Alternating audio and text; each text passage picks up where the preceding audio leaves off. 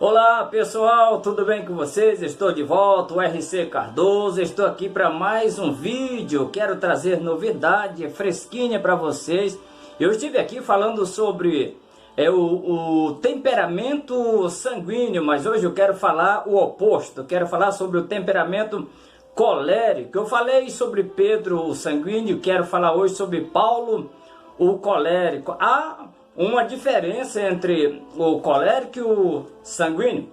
E eu quero lhe mostrar biblicamente, começando a partir, lendo um texto bíblico que está no livro de Atos dos Apóstolos, capítulo 20, o verso 23. Diz assim o texto da palavra do Senhor: senão que o Espírito Santo de cidade em cidade me revela, dizendo que me espera prisões, tribulações.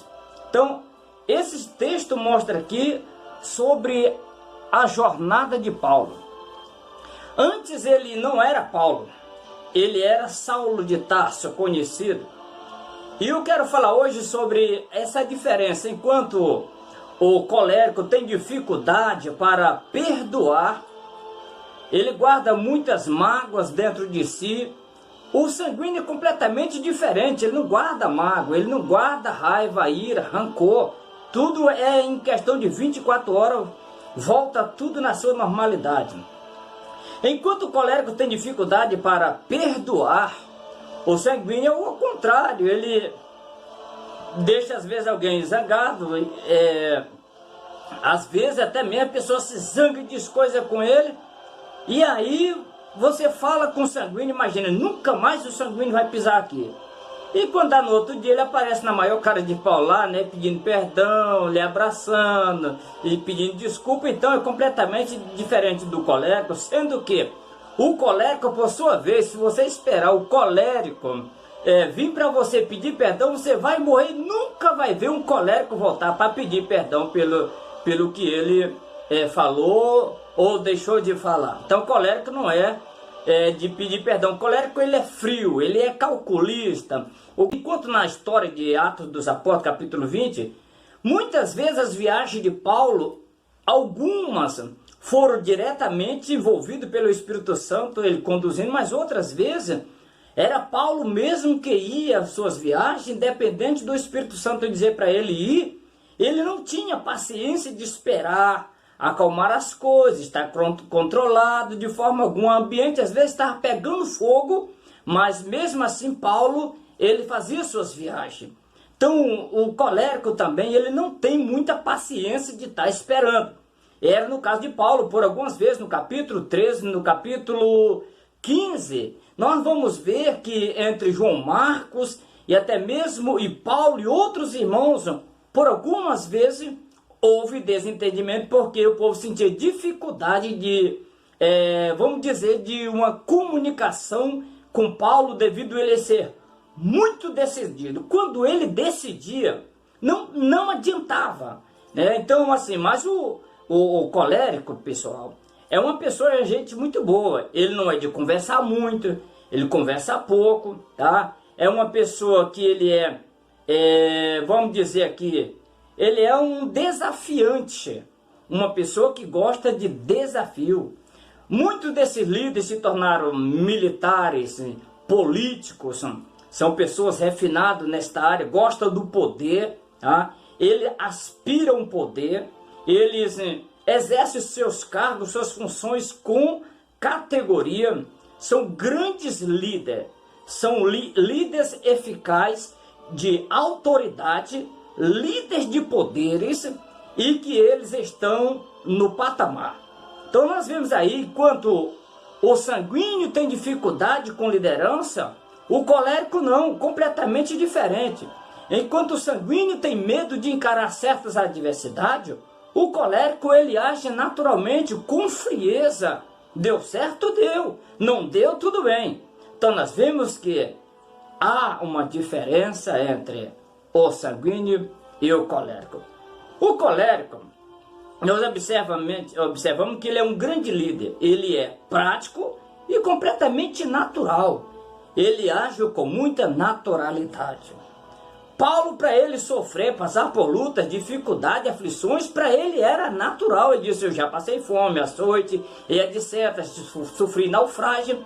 Então, ele agia, tratava isso com muita naturalidade. Paulo, ele foi escolhido por Deus porque era a pessoa certa para desafiar os maiores desafios da obra missionária. Deus precisava de alguém que fosse capaz de superar, que fosse capaz de sofrer pela obra do Senhor para plantar. Olha, uma coisa que eu digo: quando o colérico ele decide plantar, ele planta.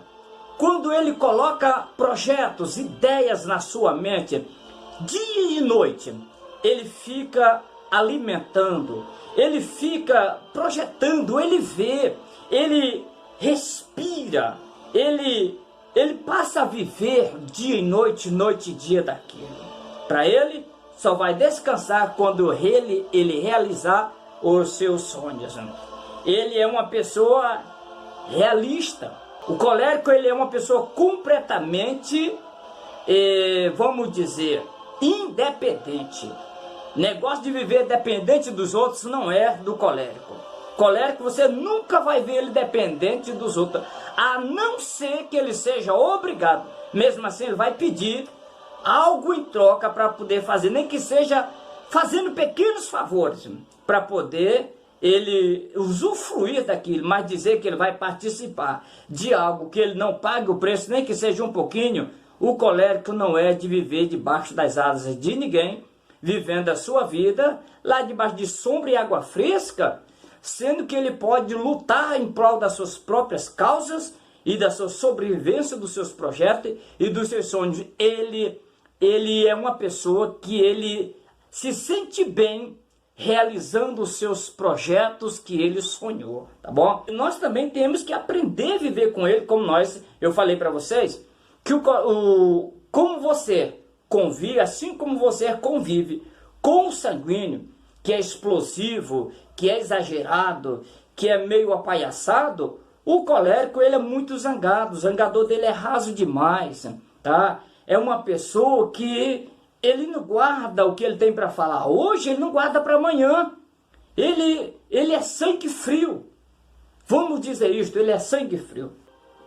De gênio forte, muito forte, tá? Isso é ruim? Não é ruim não, porque ele consegue encarar as coisas, tá?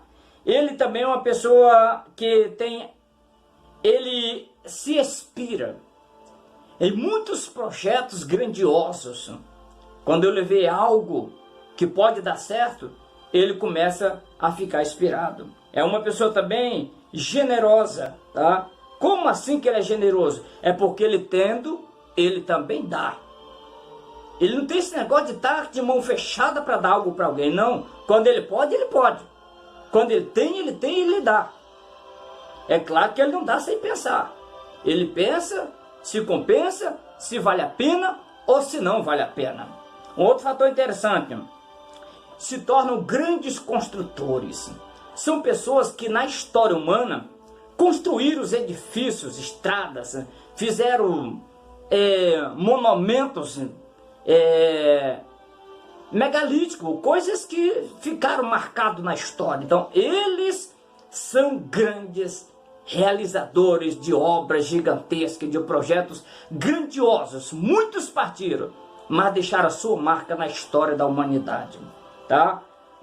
Como eu falei para vocês, também são políticos. Eles gostam de entretenimento, eles gostam de ser pessoas, de estar entrosados, relacionados, informados. Ele não gosta de viver alheio da vida à toa, não, de forma alguma. Tem ponto fraco? Tem. Por exemplo, alguns, por não conter muitas vezes as suas iras, já foi comprovado que 80% dos presos, das pessoas que já mataram, são coléricos. Porque quantos eles partem para fazer, que eles voltam em si já fizeram. Tá? Então já foi comprovado que a maioria das pessoas, de muitos presos nas prisões, são coléricos. Uma outra parte deles, fleumático. O que menos está lá são os sanguíneos. Sanguíneos são muito barulhentos, muito zoadentos, mas eles não são de fazer muita coisa. Fazem muito barulho, muita promessa, pouco realizações. Uma verdade, tá? Eu também falei que eles são os que mais moram ou não se preocupam com moradia, moram de aluguel, compram, não se preocupam em pagar, sendo que o colérico, ele faz de tudo para manter a sua honra e seus compromissos. Se ele fala, ele gosta de cumprir com o que ele fala. Então, são pessoas também bastante vaidosas. Eles são vaidosos, porém não são de muitos detalhes, se apegar em coisas pequenas, miniatura, detalhes, não. Eles não são de se apegar em coisas tão pequenas. Coisas pequenas para eles não são tão importantes. Eles acham bonito, eles gostam de quem se apega a pequenos detalhes. Eles aplaudem as pessoas que fazem isto, mas eles não são muito pacientes para esses pequenos detalhes, tá? Então, esse é um dos perfis do colérico, tá bom, pessoal? Paulo aqui foi preso por muitas vezes. Então, na história da Bíblia, nós vemos que ele não era um apacentador de ovelha. Paulo, ele era um missionário. Porque imagina você botar um colérico para cuidar de uma igreja. Você põe hoje e dentro de alguns dias você terá uma igreja vazia. Se põe ele numa empresa, para ele liderar grandes multidões, ele não vai, daqui mais um dia o negócio complica. Como é que ele faz?